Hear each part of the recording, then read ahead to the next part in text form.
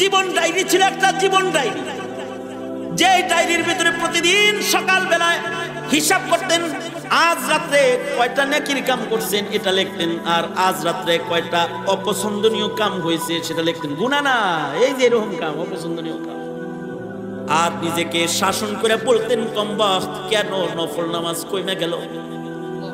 নিজের পিঠে নিজে, গতকালকে তোমার নফল ছিল 80 রাকাত 100 রাকাত, আজকে 50 রাকাত কেন হলো?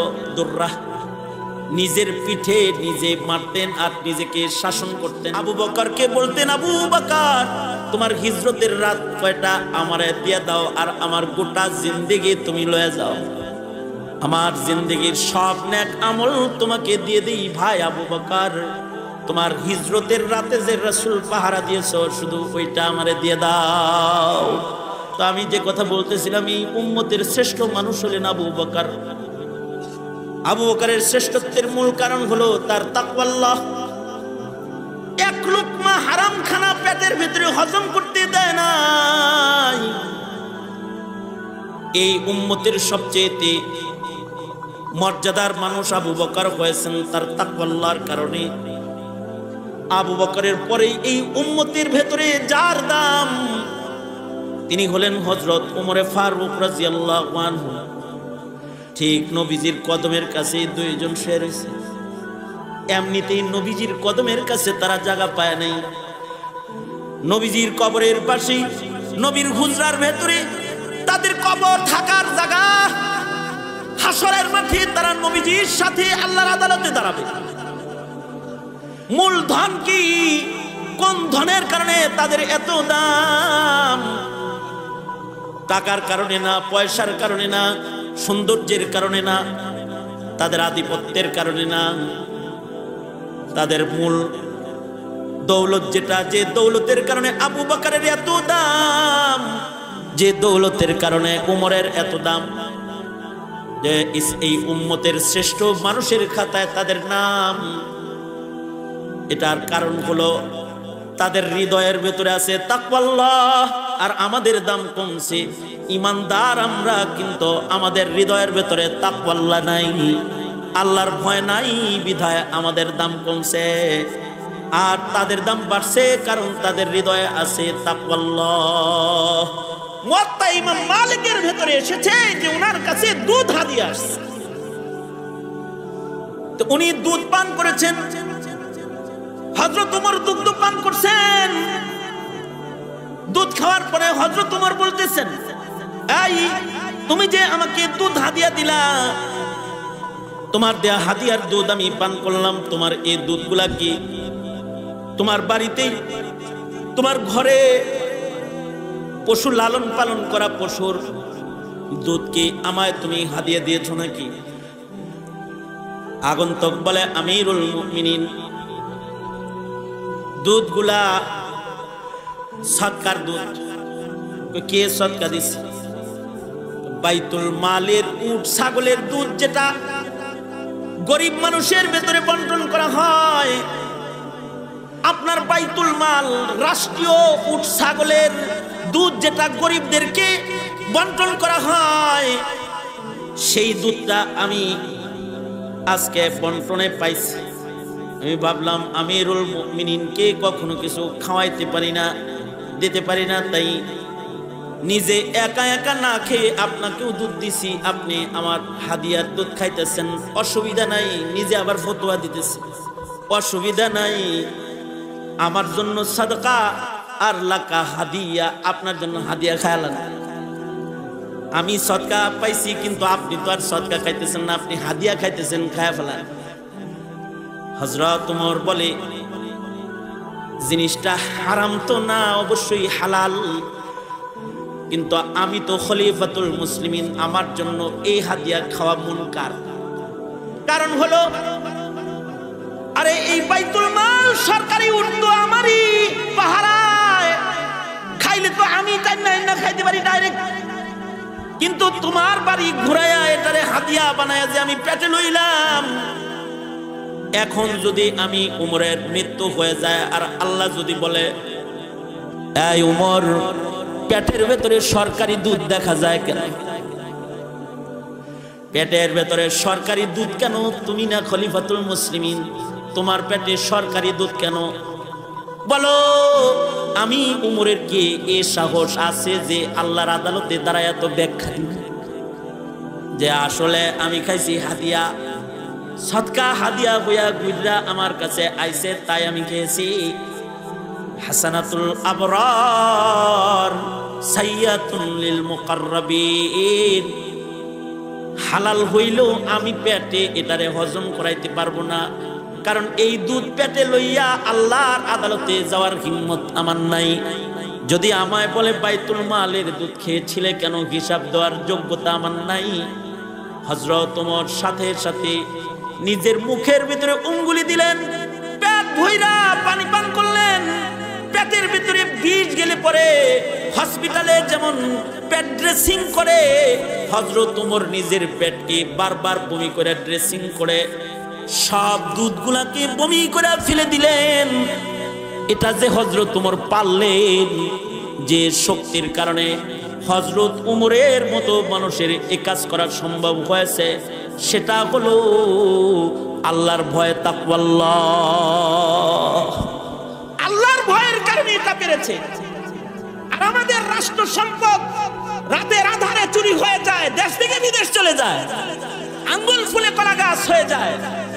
এইটা রাতারাতি যে পাচার হয়ে যায়, এইটারও কারণ তাকওয়াল্লাহ না থাকার কারণে এমনটি হয়ে যায়। আওয়াজ করে বলেন, কথা বলেন, ঠিক না ঠিক জোরে আওয়াজ করে বলেন। কিন্তু উনি ওইটা পারেন নাই। কেন পারেন নাই? তাকওয়াল্লাহ। এ কারণেই হযরত ওমরের একটা খাতা ছিল। হযরত ওমরের জীবন ডায়েরি ছিল, একটা জীবন ডায়েরি, যে ডায়েরির ভিতরে প্রতিদিন সকাল বেলায় হিসাব করতেন। আজ রাতে কয়টা নেকির কাম করছেন এটা লিখতেন, আর আজ রাতে কয়টা অপছন্দনীয় কাম হয়েছে সেটা লিখতেন। গুনাহ না, এই যে এরকম কাম অপছন্দনীয় কাম, আসলে তো গুনাহ না, কিন্তু এটা আল্লাহ পছন্দ করতে পারে। এরকম কাম রাতের বেলায় কয়টা হয়েছে এটা লিখতেন। আবার সন্ধ্যা বেলায় সারা দিনে কয়টা নেকির কাজ করেছেন এটা লিখতেন, কয়টা গুনার কাজ করেছেন এটা লিখতেন। আমরা কি সারা বছরের নেক আর গুনাহ কি হিসাব করি নাকি? আমাদের তো সারা বছরে কয়টা নেকির কাম করছি তার হিসাব নাই। কিন্তু হযরত ওমরের জীবন ডায়েরি ছিল, যার ভিতরে প্রতিদিন সন্ধ্যা বেলায় তিনি লিখতেন দিনের বেলায় কয়টা নেকি করেছেন। আল্লাহু আকবার বলেন। দিনের বেলায় কয়টা নেকি করেছেন, দিনের বেলায় কয়টা অপছন্দের কাম করেছেন, এটা তিনি লিখতেন। লেখাটা বড় কথা না, সবচেয়ে বড় কথা হলো হযরত ওমর সকাল সন্ধ্যা নিজের পিঠে দুর্রা দিয়ে নিজে বাড়ি মারতেন যদি নেকি কমই হইতো। কোনদিন যদি নেক কম করেছে আর কোনো পছন্দনীয় কাজ হয়ে গেছে, তো হযরত ওমর নিজের পিঠের ভেতরে দুর্রা মেরে নিজেকে শাস্তি দিতেন আর নিজেকে শাসন করে বলতেন, কমবখত কেন নফল নামাজ কইমা গেল?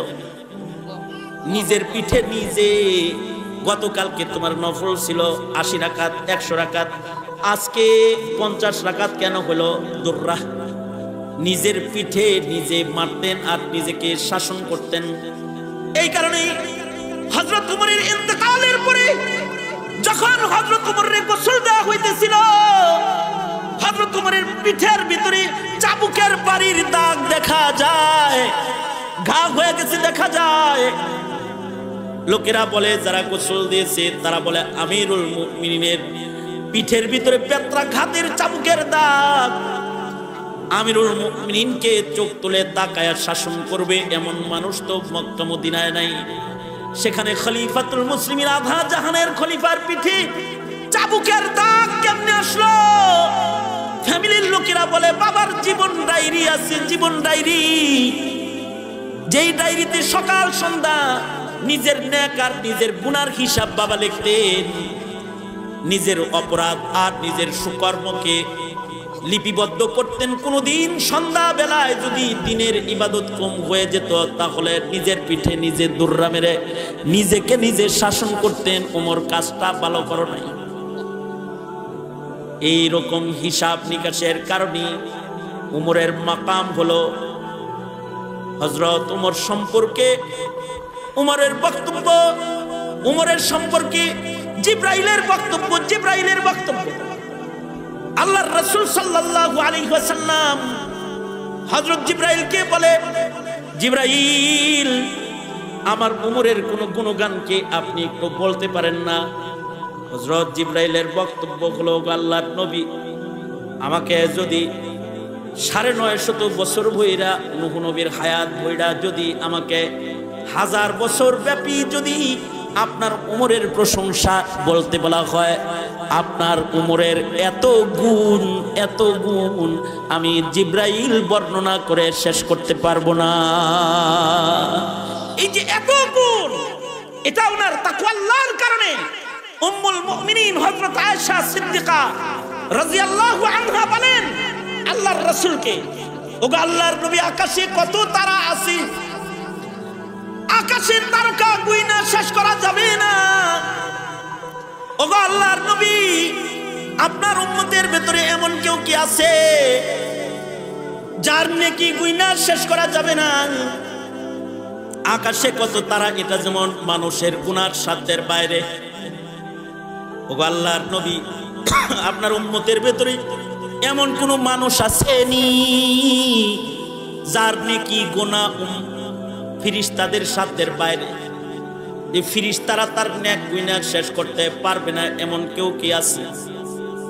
হযরত উম্মুল মুমিনিন আয়েশা মনে মনে ভাবতেছেন, আমার বাবা আবু বকরের নামটাই বুঝি আল্লাহর নবী এখন বলবেন।